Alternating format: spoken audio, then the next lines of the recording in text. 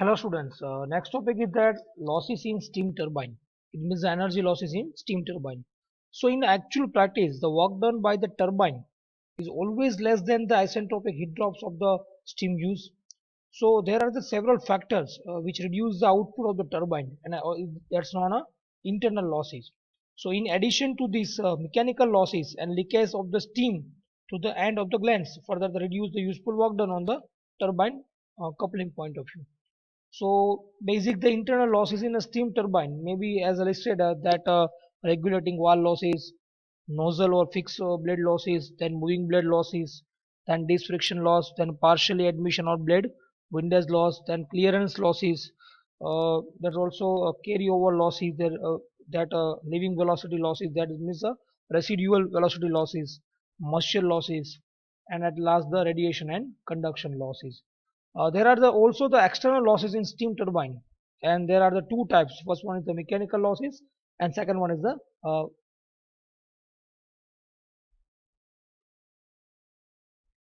Steam ટર્બાઇનના outlet પાસે જે પણ કે લીકેજ થાય છે એના પણ તમે લોસીસ તમે ડિફાઇન કરી શકો. Now first we have start with the internal losses. That's called, these are the basic regulating valve losses. So આ regulating valve losses શું છે? તમને ખબર છે કે steam from the boiler, the first pass to the main steam stop valve, and then is passed to the regulating valve before it enter to the turbine. બોઇલરમાં તમારે જે steam આવે છે ફર્સ્ટ પાસ થાય છે સ્ટીમ સ્ટોપ વાલ્વમાંથી અને second pass થાય છે regulating વાલ્વમાંથી. So the flow through this being is accompanied by the pressure losses. જ્યાં અલગ અલગ વાલ્વમાંથી પાસ થાય ને એના કારણે તમારો પ્રેશર લોસ થાય છે. And steam get throttted adiabatically with the constant enthalpy. એનો ડાયાગ્રામ પણ તમારી બુકમાં આપેલો છે, HS diagram with viz of moulded diagram, કે કઈ રીતે તમારો પ્રેશર લોસ આની અંદર થાય છે. Now steam through the regulating valve જે પણ બતાવીએ આપણે, તો સપોઝ એનું પ્રેશર વેરિએશન થાય એટલે મીન્સ કે તમારું જે પણ કંઈ આપણો થ્રોટલિંગ વાલ્વ કેવું હોય એ રીતે તમારું પ્રેશર કેવું થાય, તમારું ડ્રોપ થાય છે. તેના કારણે તમારા જે પણ કે લોસીસ લાગે ને શું કહેવાય, રેગ્યુલેટરી વાલ્વ લોસીસ કહેવામાં આવે છે. સેકન્ડ વન છે nozzle or fixed blade losses. તો આ લોસીસ કેવા છે? This loss occur when the steam flow through the nozzle or fixed બ્લેડમાં જે ટર્બાઇનમાં થાય તો એની અંદર જે લોસ થાય એને શું કહેવાય, નોઝલ અથવા ફિક્સ બ્લેડ આપણે લોસીસ કહીએ. હવે લોસ થાય કયા કારણે? So these losses take place due to the friction in the nozzle and formation of the eddies. બરાબર, એના કારણે તમારા નોઝલ ની અંદર લોસ થવાના છે. જે પણ કંઈ ફ્રિક્શન લોસ થવાના છે નોઝલ ની અંદર એને પણ ઓલરેડી આપણે અર્લીયર આ ચેપ્ટરમાં મેન્શન કરી દીધું છે. બરાબર, હમણાં આગળ પહેલા આપણે ડિસ્કશન કરશું એટલે એમાં આપણે કંઈ ડિસ્કશનની જરૂરિયાત નથી. બરાબર, જે પણ કંઈ લોસીસ થાય છે નોઝલ ની અંદર પ્રોડ્યુસ, એ કેના કારણે? તો કે heat, because of the heat content of the steam at the nozzle outlet will be more than the theoretical value હશે. સો જે એકચ્યુઅલ હીટ ડ્રોપ તમારો જે નોઝલમાં થવો જોઈએ કેવો થાય છે? Less than the theoretical value. બરાબર, એના કારણે તમારી એકચ્યુઅલ જે પણ વેલોસિટી કેવી થાય છે? રિડક્શન થાય છે in nozzle outlet point of view.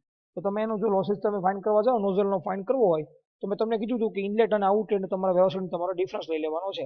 Otherwise તમારે થિયરિટિકલ અને એકચ્યુઅલ તમારો જે પણ નોઝલના એક્ઝિટ પોઈન્ટ પાસે જે પણ કંઈ તમારો વેલોસિટી ડિફરન્સ હોય એના બેઝ ઉપર તમને જે આ નોઝલ અને ફિક્સ બ્લેડનો તમારો જે લોસીસ છે તમને ઇઝીલી મળી જશે. Now third one is the moving blade losses. તમને ખબર છે કે મૂવિંગ બ્લેડની અંદર ઘણા બધા પ્રકારના લોસ થાય. ફર્સ્ટ છે બ્લેડ ફ્રિક્શન લોસીસ, બીકોઝ તમને ખબર છે સ્ટીમ ફ્લો તમારી જે એક્સપેન્ડ થાય છે ફ્રિક્શન રેઝિસ્ટન્સના કારણે when it pass through the blade passage. તો આ જે લોસ છે ડિપેન્ડ કોના ઉપર હોય છે કે બ્લેડની જે ક્રોડ હોય અને જે પણ કંઈ રફનેસ હોય બ્લેડની સરફેસ ઉપર, એના કારણે તમારા જે પણ કંઈ બ્લેડના ફ્રિક્શન લોસ થાય છે એ મૂવિંગ બ્લેડનો ફર્સ્ટ લોસ છે. સેકન્ડ છે ઇમ્પેનિંગ લોસ, કે જે તમારી સ્ટીમ ગ્લાઇડ આપણે ઇમ્પેન થતી આપણે ગ્લાઇડને ડિફાઇન કરીએ છીએ. So the entry of the steam to the leading edge of the blade is not smooth. બરાબર, તો તમારા એડિસ થવાના ચાન્સીસ જે ફોર્મ થશે. બરાબર, જેના કારણે તમારો જે પણ કંઈ ઇમ્પેનિંગ લોસ થાય છે. થર્ડ વન છે સ્ટેલિંગ એજ વેક લોસીસ, અને એ અકર થાય છે બ્લેડના એક્ઝિટ પોઈન્ટ પાસે, અને એ કોના ઉપર ડિપેન્ડ હોય તો કે તમારા શેપ અને જે ટીપની થિકનેસ હોય બ્લેડની એના ઉપર ડિપેન્ડ હોય. આ બધું આપણે moving blade point of view વાત કરીએ છીએ. બરાબર, ચોથો લોસ એ મૂવિંગ બ્લેડમાં થાય છે ટર્નિંગ લોસ, કે જ્યારે આ કેના કારણે કે તમારો જ્યારે સ્ટીમ તમારી ટર્ન મારે બ્લેડ પેસેજ પાસે તો એના કારણે પણ અમુક લોસીસ થાય છે. અને leakage loss through the annual space between the stator and shrouding point of view. So there is always leakage of steam through the annual passage between the nozzle and the shrouding. બરાબર, અને જે પેટેજ થાય તમારી moving blade ઉપર એના કારણે આ loss થાય છે. અને આ જે છે એ તમારો લોસ તમે જે ડિફાઇન કરવા જાઓ તો એક પ્રકારનો એનર્જી લોસ છે. બરાબર, તો આ રીતે અલગ અલગ તમારા જે પણ કંઈ મૂવિંગ બ્લેડના લોસ થાય છે. બરાબર, પણ એકદમ લોસ એકદમ માઇનર હોય છે કે જેને આપણે એટલા બધા કન્સિડર પણ કરતા હોતા નથી. એની પછી તમારું છે dis friction loss. It means કે જ્યારે તમારી વેન અ ડિશ સચ એના સ્ટીમ ટર્બાઇન રોટર જે ડિફાઇન કરેલું હોય, બરાબર, એની અંદર ડિશ હોય, is rotor is rotating in a slightly viscous flow like a steam point of view. So there is a true surface friction due to the relative motion between the disk and steam particle. So this moving disk is surface acted as drag and on the steam drag force લાગે બરાબર. So એના કારણે set is moving motions from the root of the tip point of view. And it's જે પણ કંઈ produce થાય છે તમારી સર્ક્યુલેશન પોર્શન થાય એના કારણે તમારે જે પણ કંઈ કાઇનેટિક એનર્જી છે કેવી થાય લોસ થાય ફ્રિક્શનના કારણે. તો આને તમે કહેશો ડિસ્ક ફ્રિક્શન તમે કહી શકો. એની પછી છે પાર્શિયલી એડમિશન ઓર બ્લેડ વિન્ડેડ લોસીસ. તો આ કેના કારણે થાય? તમને ખબર છે કે જ્યારે હાઈ પ્રેશર આપણું સ્ટેજ હોય સ્ટીમ ટર્બાઇન પોઈન્ટ હોય અલગ અલગ સ્ટેજમાં આપણે ડિફાઇન કરીએ છીએ. તો જે relative small flow area requirement જોવે. So in a such a turbine nozzle are provide only over a part of the blade ની જે ઉપરની જે પેરીફરી હોય એના ઉપર ડિપેન્ડ હોય. So due to this some blade channel are partially filled with the steam. So this results in partially admission and some of the blade which are not under the influence of the steam jet and ideally a crown of the steam point of view. તો આને આપણે partially admission તમારી બુકની તમને figure કરી સમજાવેલું છે કે initial base ઉપર તમારું જે પણ કંઈ ફ્લો એરિયા રિક્વાયરમેન્ટ ઓછો હોય ત્યારે કઈ તમારે બ્લેડ પેરીફરી ઉપર લાગે છે તો તમારે જે તમારે સ્ટીમ એન્ટર થાય છે જે એ પાર્શિયલી એડમિશન થાય છે એ તમને બુકની અંદર ફિગરમાં આપેલી છે. એની પછી જે ક્લિયરન્સ વોલ્યુમ બરાબર તમારી આમાં આપેલું નથી પણ તમારી બુકની અંદર આપેલા છે એ જે એક સ્મોલ લોસીસ એનર્જીનો બરાબર દરેક સ્ટેજ ઉપર જે થતો હોય છે due to clearance point of view એને આપણે ક્લિયરન્સ લોસીસ કહીએ છીએ. પછી છે કેરી ઓવર લોસીસ તમને જે આપેલો છે કેરી ઓવર લોસીસ. તો આ કેના કારણે થાય? તો this અકર in the multi stage turbine ખાસ કરીને એની અંદર આ તમારો કેરી ઓવર લોસ થાય કે તમારી જે સ્ટીમ કેરી થાય છે મલ્ટી સ્ટેજની અંદર બરાબર. And some energy loss take place the steam flow from the one stage to another stage બરાબર. એના કારણે જે પણ લાગે એને શું કહીએ છીએ આપણે કેરી ઓવર લોસ કહીએ છીએ. પછી તમારો રેસિડ્યુઅલ ઓર લિવિંગ વેલોસિટી લોસ. આ લોસ થાય છે તમને કાઇનેટિક એનર્જીના ફોર્મને તમે બતાવી શકો બીકોઝ તમારી જે પણ એબ્સોલ્યુટ વેલોસિટી છે V1 જે સ્ટીમ તમારી બરાબર અને લાસ્ટ સ્ટેજની વેલોસિટી એના વચ્ચે તમારે જે પણ ડિફરન્સ હોય ખાસ કરીને 10 to 12% જે લોસ થાય છે સિંગલ સ્ટેજની અંદર અને જો વધારે સ્ટેજ હોય તો એની તમારા વધારે તમારો લોસ થવાનો ચાન્સીસ છે. એની પછી છે તમારું મોઇશ્ચર લોસીસ બરાબર. મોઇશ્ચર લોસ એટલે શું કે તમારે this loss is check to the moisture present in the steam. જે પણ કંઈ મોઇશ્ચર પ્રેઝન્ટ હોય સ્ટીમની અંદર આમ તો હોય જ નહીં સુપરહીટેડ સ્ટીમ હોય પણ જ્યારે after the expansion point of view તમારે સ્ટીમ વેટ થાય છે તો અકર when the steam is passing over the lower stage ખાસ કરીને અને બીકમ વેટ થાય ત્યારે તમારા આ પ્રકારના લોસીસ અકર થાય છે. એન્ડ લાસ્ટ છે radiation and conduction losses is one type of heat transfer mode point of view. તો આ શું કામ થાય? તો difference the temperature between turbine casing and surrounding atmosphere એના કારણે પણ તમારા લોસીસ થવાના ચાન્સીસ છે. These are the basic loss of the steam turbine. બીજા એક્સટર્નલ લોસ પણ લાગે છે મિકેનિકલ લોસ અને leakage loss from the end seal point of view. ખાસ કરીને મિકેનિકલ લોસ કઈ રીતે લાગે તો loss occur due to the friction between the shaft and wheel bearing. એના માટે તમારા મિકેનિકલ પણ લોસ થાય છે. અને leakage loss from the end seal point of view there is the leakage for steam from the two end ટર્બાઇનનું બરાબર. એના કારણે ઇનલેટ અને આઉટલેટ પોઈન્ટ ઓફ વ્યૂ જે કેસિંગ પોઈન્ટ ઓફ વ્યૂ એ પણ આપણે લોસ કન્સિડર કરતા હોય છે. These are the basic energy losses છે. તમારે ડિટેલ તમારે જો આનો વિડીયો જોવો હોય તો તમે તમને એક્સ્ટ્રા એનપીટીએલની લિંક મૂકેલી છે એમાં તમે ખાસ આ વિડીયો લેક્ચર તમે એકવાર સ્ટડી કરી લેજો. સેકન્ડ વસ્તુ કે આ બધા લોસીસ છે જીટીયુની અંદર ઘણીવાર જીટીયુ એક્ઝામમાં પૂછાય છે. તો 7 માર્કમાં પૂછાય તમારે બધા લોસીસ લખવા ફરજિયાત છે થોડું લખાણ લખવું જરૂરી છે. તો 3 કે 4 માર્ક અંદર પૂછાય તો તમે કોઈ પણ 3 કે 4 પોઈન્ટ તમે સમજાવી શકો. હજી સુધી કોઈ એવું નથી બન્યું કે તમે સ્પેસિફિક તમને કોઈ પણ એક પોઈન્ટ પૂછીએ તમને લોસીસ પૂછ્યો હોય તો ખાસ જીટીયુ એક્ઝામ માટે પણ આ ટોપિક તમારો ઇમ્પોર્ટન્ટ છે. જે બુકમાં તમને ફિગર આપેલી છે એ ફિગર તમારે ડ્રો કરવી રિક્વાયરમેન્ટ નથી. તમે તમારા જે પણ કંઈ થિયરિટિકલ પોર્શન તમે આ વસ્તુને તમે ઇઝીલી તમે સમજાવી શકશો બરાબર. નાવ તમારી બુકની અંદર બેક પ્રેશર ટર્બાઇન આપેલા છે અલગ અલગ ડાયાગ્રામ. પાસ આઉટ ટર્બાઇન છે, એક્સેશન ટર્બાઇન છે, મિક્સ પ્રેશર ટર્બાઇન છે. આ બધા ટર્બાઇન તમારા કોઈ જીટીયુ એક્ઝામ પોઈન્ટ ઓફ એટલા બધા ઇમ્પોર્ટન્ટ નથી એટલે આપણે કરાવતા તમે એકવાર નજર ફેરવી લેજો. અને બાકી તમારી બ્લેડ એટેચમેન્ટની તમે અલગ અલગ તમને મેથડ આપેલી છે એ પણ તમે એકવાર સ્ટડી કરજો.